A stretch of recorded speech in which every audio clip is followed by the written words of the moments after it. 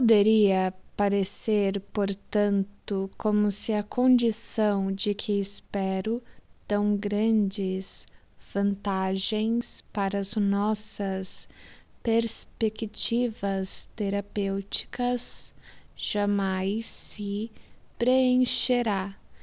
E, todavia, a situação não é, no momento, tão desesperançosa quanto se poderia pensar. Embora sejam poderosos os próprios interesses e emoções dos homens, não bastante, o intelecto também é um poder. Travessão. Um poder que se faz sentir não imediatamente, é verdade, mas sobretudo, seguramente, no fim. As mais ásperas verdades finalmente são ouvidas e reconhecidas depois que os interesses que se feriram e as emoções que se instigaram tiverem exaurido a própria fúria. Tem sido sempre assim, e as verdades indesejáveis que nós, psicanalistas, temos de dizer ao mundo contarão com o mesmo destino. Apenas não acontecerá muito depressa. Devemos ser capazes de esperar. 3. Finalmente, tenho de explicar-lhes o que quero dizer com a eficiência geral de nosso trabalho e como chego a nele ter esperanças. O que temos aqui é uma constelação terapêutica bastante fora do comum, cuja semelhança talvez não se encontre em qualquer outra parte e que pode parecer-lhes estranha a princípio, até que os senhores reconheçam nela algo que há longo tempo lhes tenha sido familiar.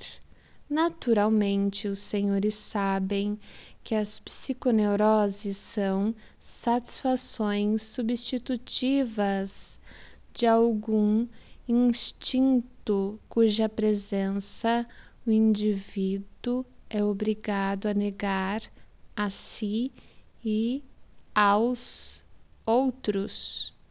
Sua capacidade de existir depende dessa distorção e da falta de reconhecimento quando o enigma que elas apresentam é resolvido e a solução é aceita pelos pacientes, essas doenças cessam em ser capazes de existir. Em medicina, quase nada há igual a isso, embora em contos de fadas os senhores ouçam falar de espíritos maus, cujo poder se rompe tão logo possam dizer-lhes o próprio nome, travessão, o nome que eles guardaram em segredo. Em lugar de uma simples pessoa enferma, ponhamos a sociedade, travessão, padecendo como um todo de neuroses, embora composta de membros doentes e sadios, e em lugar da aceitação individual, naquele caso, coloquemos nesse o reconhecimento geral. Uma pequena reflexão lhes revelará então que tal substituição não pode alterar de modo algum o resultado, o sucesso que o tratamento pode ter com o indivíduo deve ocorrer igualmente com a comunidade. As pessoas doentes não serão capazes de deixar que as suas diversas neuroses se tornem conhecidas. Travessão. A sua ansiosa super-ternura, que tem em mira ocultar-lhe o ódio, a sua agorafobia, que se relaciona com a ambição frustrada, as suas atitudes obsessivas, que representam autocensuras por más intenções e precauções contra as mesmas. Travessão. Se todos os seus parentes e cada estranho dos quais desejam ocultar os seus processos mentais conheceram o significado geral de tais sintomas, e se eles próprios souberem que nas manifestações de sua doença nada estão produzindo que outra pessoa imediatamente não possa interpretar, o efeito, no entanto, não se limitará ao encobrimento dos sintomas. Travessão, o que incidentalmente é a miúde impossível de conseguir, porque essa necessidade de encobrimento destrói a vantagem de ser doente. A revelação do segredo terá atacado em seu ponto mais sensível. A equação etiológica da qual surgem as neuroses terá tornado ilusória a vantagem da doença e, em consequência, o resultado final da situação modificada provocada pela indiscrição do médico só pode ser o de que a produção da doença será detida. Se essa esperança parece aos senhores utópica, lembrem-se de que os fenômenos neuróticos já têm sido, de fato, dissipados por esses meios, embora apenas em exemplos bem isolados. Pensem sobre quão comuns costumavam ser antigamente as alucinações da Virgem Maria entre as camponesas, uma vez que tal fenômeno trouxesse uma multidão de crentes e pudesse levar a que se construísse uma capela no lugar santo. O estado visionário dessas moças era inacessível à influência. Hoje em dia, nosso próprio clero modificou sua atitude com relação a tais coisas.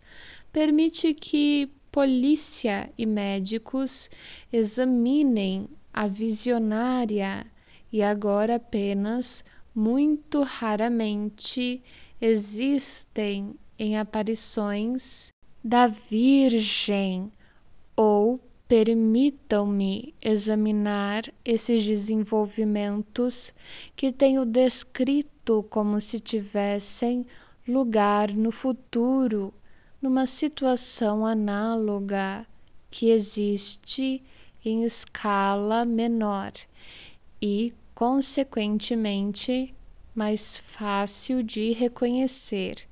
Suponhamos que certo número de senhoras e cavalheiros de bom convívio social tenham planejado fazer um piquenique em certo dia numa hospedaria no campo.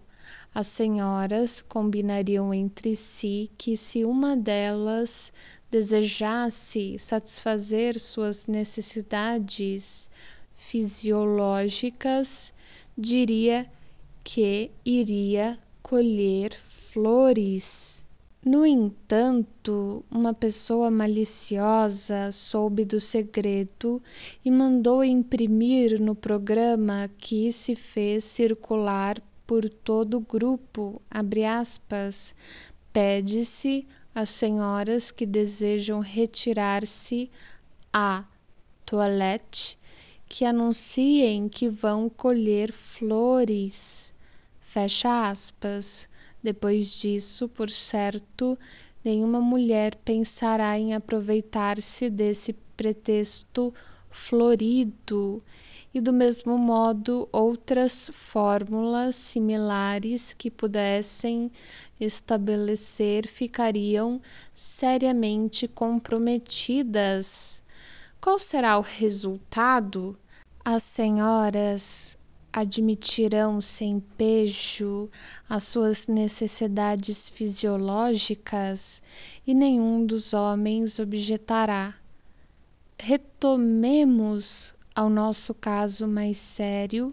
Certo número de pessoas, ao defrontar-se em suas vidas com conflitos que constataram muito difíceis de resolver, fogem para a neurose e desse modo retiram da doença vantagem inequívoca, embora com o tempo acarrete bastante prejuízo.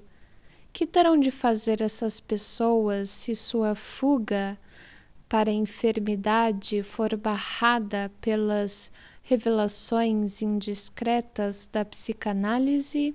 Terão de ser honestas, confessar quais os instintos que nelas estão em atividade, em face do conflito, lutar por aquilo que desejam ou renunciar ao mesmo.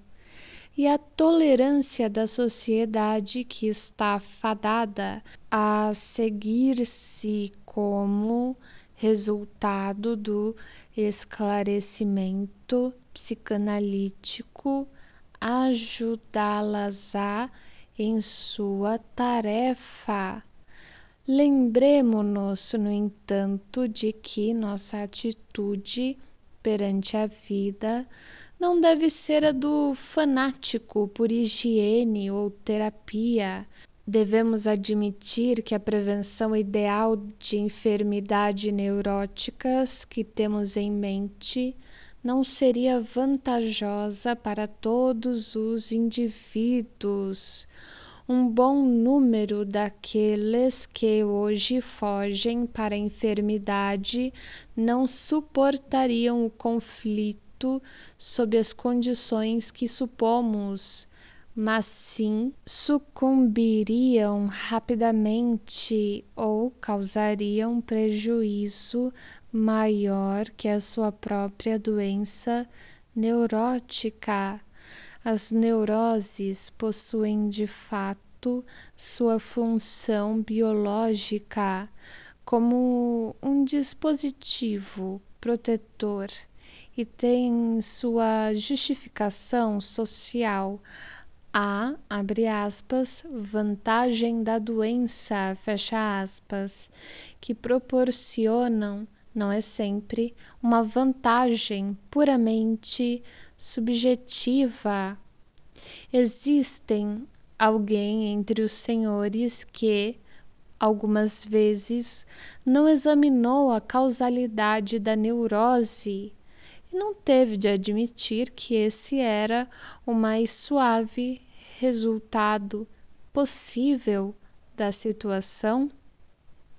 E dever-se-iam fazer tais pesados sacrifícios a fim de erradicar as neuroses, em especial quando o mundo está cheio de outras misérias inevitáveis? Devemos então abandonar nossos esforços para explicar o significado oculto da neurose como sendo, em última instância, perigoso para o indivíduo e nocivo para as funções da sociedade? Devemos renunciar a retirar conclusões práticas de uma parte da compreensão científica? Não, penso que, apesar disso, nosso dever repousa noutra direção. A vantagem da enfermidade que proporciona as neuroses é não o bastante no todo e finalmente prejudicial aos indivíduos e igualmente à sociedade. A infelicidade que nosso trabalho de esclarecimento pode causar atingirá afinal apenas alguns indivíduos. A modificação para uma atitude mais realista e respeitável da parte da sociedade não será comparada a preço bastante elevado através desses sacrifícios. Acima de tudo, porém, todas as energias que se consomem hoje em dia na produção de sintomas neuróticos que servem aos propósitos do mundo da fantasia, isolado da realidade, ajudarão, mesmo que não possam ser postos de imediato em uso na vida, a fortalecer o clamor pelas modificações em nossa civilização, através das quais unicamente podemos procurar o bem-estar das gerações futuras. Desejaria, portanto, deixá-los ir com a segurança de que, ao tratarem seus pacientes psicanaliticamente, estarão cumprindo com seu dever em mais de um sentido. Os senhores não estarão trabalhando apenas a serviço da ciência ao fazer uso de uma única oportunidade para descobrir os segredos da neurose.